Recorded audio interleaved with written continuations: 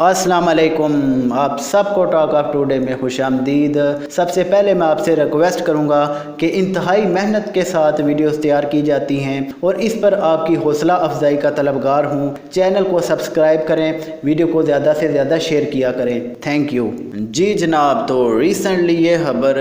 दुनिया भर के अखबारों की जीनत बन रही है और इस पर धड़ाधड़ आर्टिकल्स भी लिखे जा रहे हैं, चाहे वो BBC न्यूज़ हो, द गार्डियन हो या फिर अल जज़ीरा हो, जिसमें यह कहा जा रहा है कि जापान ने दुनिया को हैरान कर दिया है अपने इस इकदाम से कि जिसमें जापानीज़ गवर्नमेंट ने बाकायदा ऑफिशियली, जी हाँ बाकायदा ऑफिशियली जापानीज़ गवर्नमेंट ने लोगों को ये तलकीन की है कि आप ज़्यादा से ज़्यादा शराब नोशी करें, ज़्यादा से ज़्यादा शराब पिएँ, और जिसमें हुकूमत की तरफ से ये जवाब पेश किया जा रहा है कि क्यों ना कि मुल्क की मईशत सुस्त रवी का शिकार है, इसलिए आप ज़्यादा से ज़्यादा शराब पिएँ ताकि मुल्क में शराब की खरीद व फरोख्त में इजाफा हो और मुल्क की मईशत को एक नया बूस्ट मिल सके। और आप हैरान होंगे ये जानकर कि जापान की गवर्नमेंट ने इस पर बाकायदा ऑफिशियली एक कैंपेन का आगाज़ भी कर दिया है और जिसमें ख़ास तौर पर 20 साल से लेकर 39 साल के नौजवानों को ये तलकीन की जा रही है, ये मशवरा दिया जा रहा है कि आप ज़्यादा से ज़्यादा शराब नोशी करें। और यही नहीं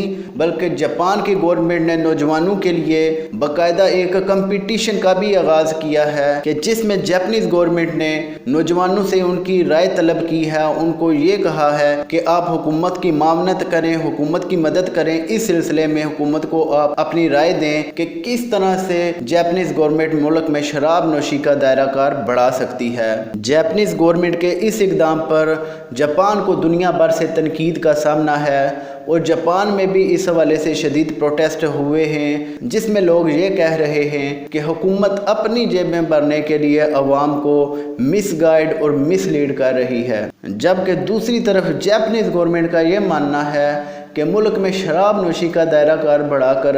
मुल्क की मैशत को एक नया बूस्ट दिया जा सकता है और ओवरऑल मुल्क की GDP में भी इससे एक वाज़ह फ़र्क देखने को मिलेगा। मज़ीद आगे बढ़ने से पहले यहाँ पर मैं इस बात की भी वजाहत करता चलूँ कि दुनिया भर में कई ममालिक ऐसे हैं कि जिनकी मैशत का ज़्यादातर दारोमदार मंशियात से होने वाली कमाई पर ही होता है और कई ममालिक तो ऐसे हैं कि जिनकी मैशत का 80 to 90% दारोमदार महज मंशियात से होने वाली कमाई पर ही है। और आप हैरान होंगे ये जानकर कि दुनिया भर में कई ममालिक ऐसे भी हैं कि जिनकी मैशत का एक काफ़ी बड़ा हिस्सा